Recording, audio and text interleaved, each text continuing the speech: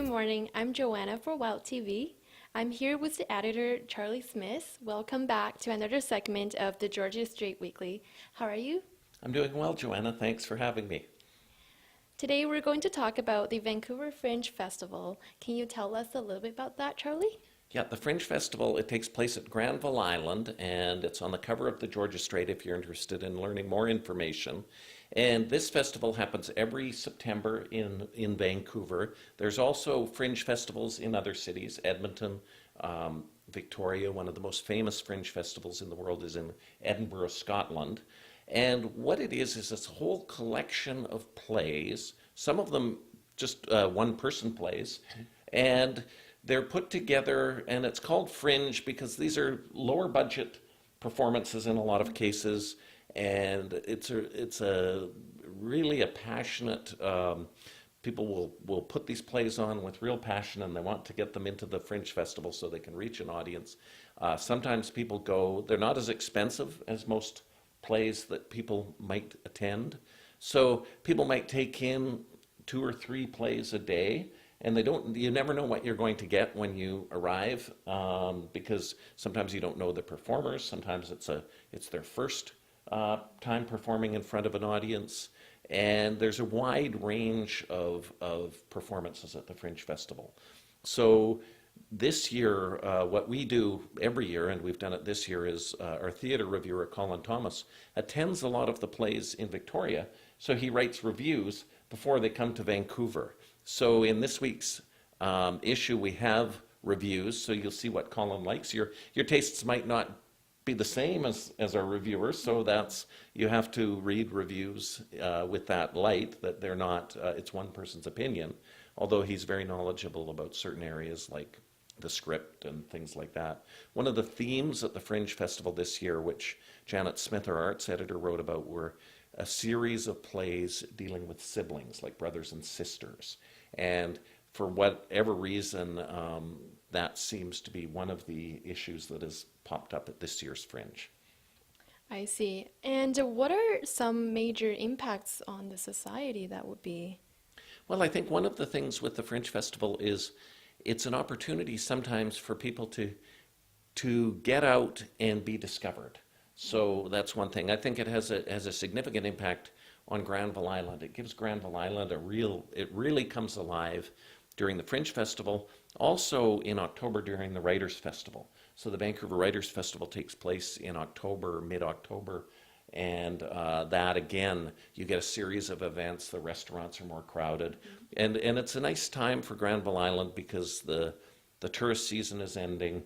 So this really injects a lot of vitality into the island, and I think it also reinforces that Vancouver is a center for arts and culture.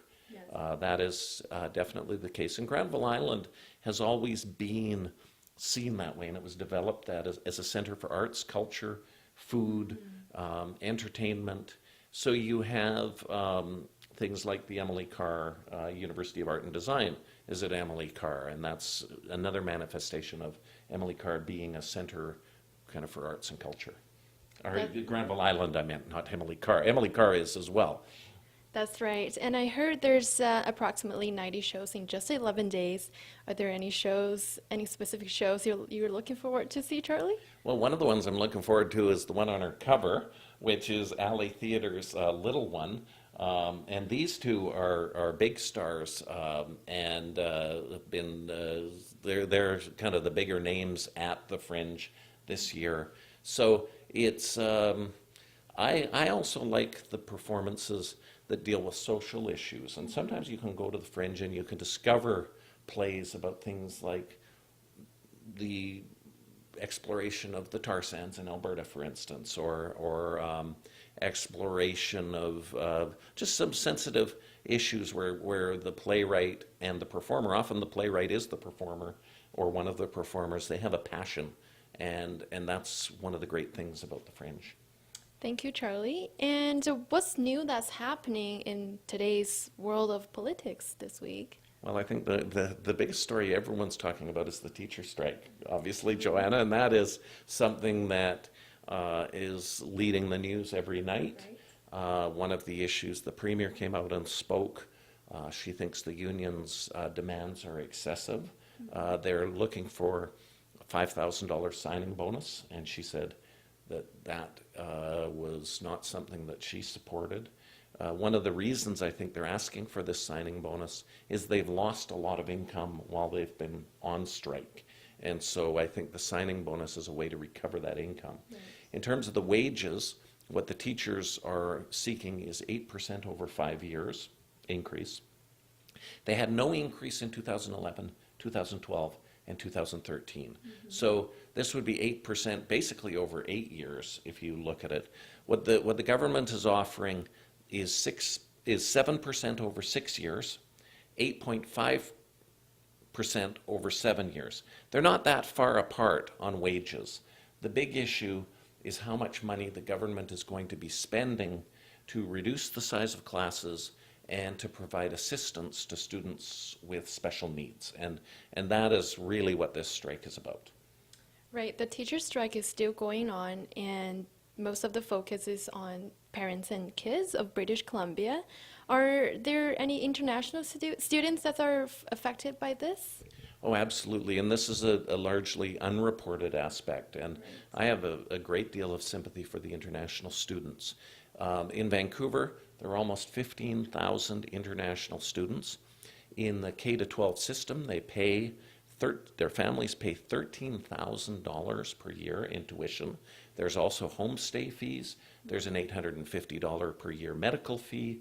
So these families are paying a substantial amount of money for their children's education. And right now they can't go to school. So I was asking the chair of the school board, Patty Backus in Vancouver, about this. I also spoke to the chair of the Burnaby School Board, Beljinder Narang. Patty Backus said that under the contracts, the school boards are not required to offer refunds if there's a labor dispute. And I felt that that was very unfair for the students and their families.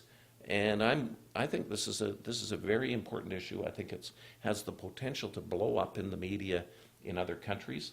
I've been thinking that there's a chance that you could see stories showing up in major newspapers in Seoul, in Tokyo, in Shanghai, all over the world, in Mexico City, about my kids going here, they can't go to school, and we paid all this money. And this is going to give a black eye to British Columbia around the world potentially. In Burnaby, there's about 14,000 students, and the Burnaby situation is interesting because the revenue, it's 6.1% of the school board's revenue is from the international students. So we're talking a significant amount of money. We're talking about potential of lawsuits, I think, with the students against the school board. A class action lawsuit where one lawyer could represent a lot of the students. I don't think that's out of the question. And I think the provincial government and the BC Teachers Federation have to face up to this reality and say, we have to solve this problem because not only is it bad for the Canadian students, but this has the potential to really hurt British Columbia's reputation around the world.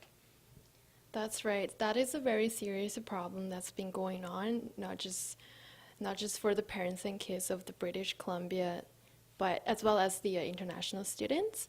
And